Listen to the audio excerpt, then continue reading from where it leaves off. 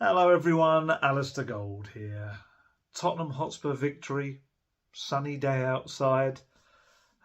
All is right with the world for just a little while at least. Sonny loves Brennan Johnson as well. Sonny thinks there's so much potential, and he's kind of taken him on almost as his unofficial kind of mentor type, like mentor protege, Jedi Master Padawan type thing going on there. He said about him, he said, I like this guy.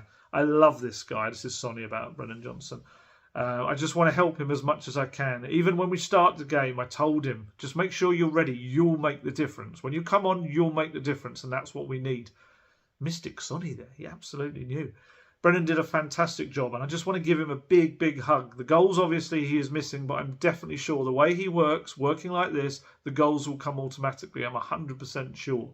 Because that's the thing, he is a hard worker as well behind the scenes. If anyone's going to continue to learn and develop, it's Brennan Johnson.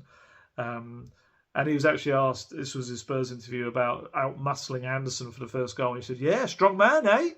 He said, that impact is what we need, especially the way we play. We want to play high intensity. And especially someone who's coming off the bench has to make an impact like Brennan did and today. And he did with 2 amazing assists.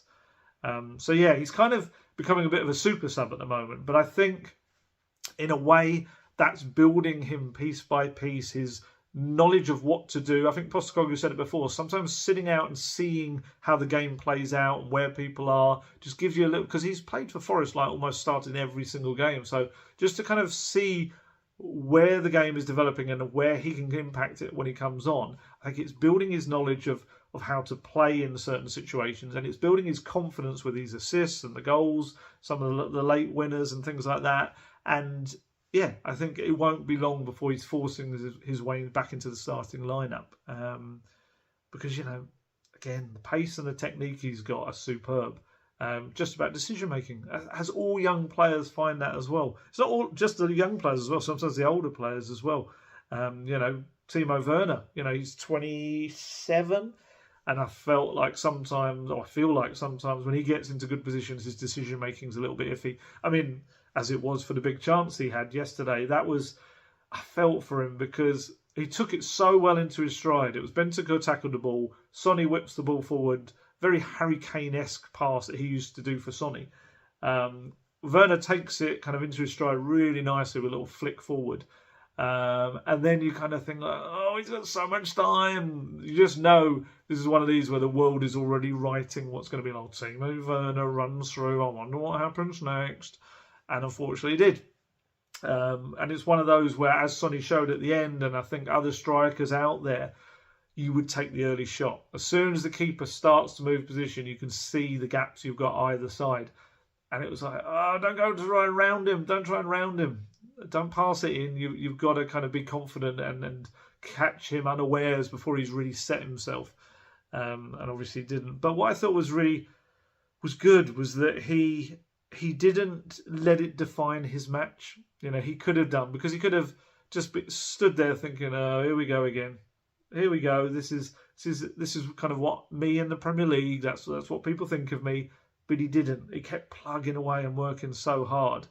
And it was quite interesting. Sonny afterwards, I've noticed this. I think I've spoken about it before. Sonny in his interviews is very honest, to the point of not quite digging people out, but he makes it very clear what his standards are and what are required from other players. He did it with Richarlison when he went away into the Asian Cup. He essentially said, yeah, Richarlison, he's got to step up and score the goals while I'm away. He's got to do that.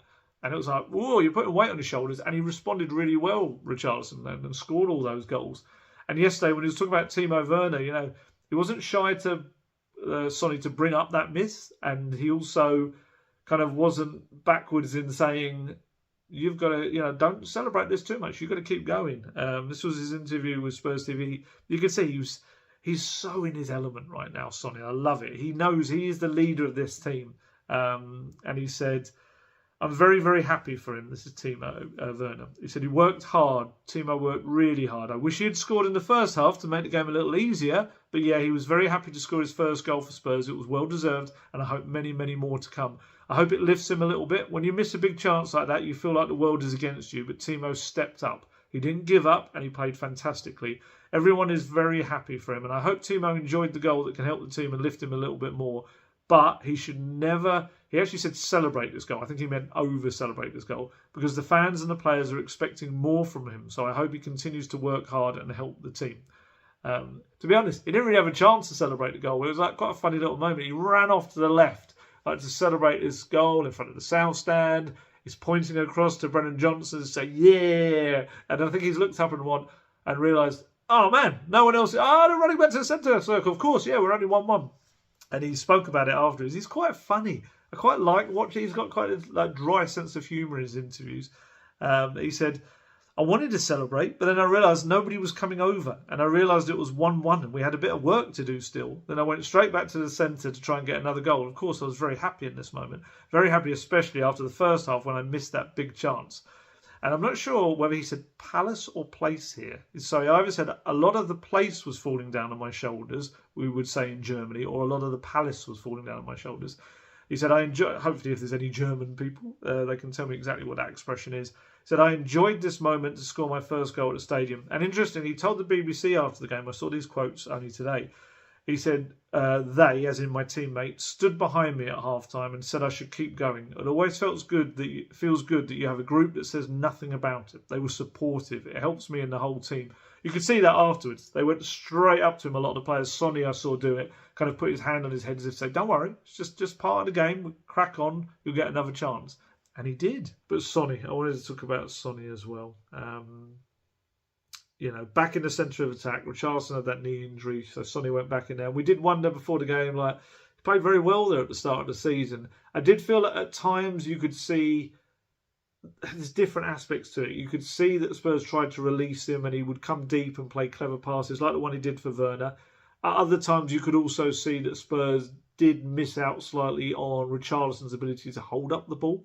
And also you can sling balls into the box slightly higher because he's more dominant in the air, Richarlison. But it's just classic Sonny that he comes up so big in the moments you need him to. Like I say, the pass to Werner was fantastic. Hitting the post as well was just kind of his classic first-time shot. Yeah, of course, it didn't go in, so I can't praise it too much. But it's about getting into those areas and then to sprint away in whatever it was, 89th minute, something like 88th minute. He actually spoke about it. He said, I looked calm, but I'm nervous, really. To be honest, I was a little bit tired because I had to make a 50-metre run. I had to make good contact, getting in front of the defender so he can't touch me. Otherwise, he gets a red card and we have that benefit. But in front of goal, when I'm 1v1 with the keeper, I tried to stay as calm as possible and not get excited too much. When you're excited, most of the time you're missing the ball, so you don't hit it as well as you expect. I wanted to stay as calm as possible and try to hit the bottom corner, which I did. I was very happy to score again since I came back from the Asian Cup, and to celebrate with the fans makes me even more happier. So Sonny's stats are ridiculous now. Well, they have been in each game. 19 goal involvements in 23 Premier League games this season. 13 goals, 6 assists. I looked at it expecting to see Erling Haaland a million goals ahead. He's actually only 4 ahead of Sonny in the Golden Boot race. He's played 2 games more, Sonny. But he's still up there. He goes and gets a hat-trick in a game, which would be wonderful. Maybe at Villa Park would be nice.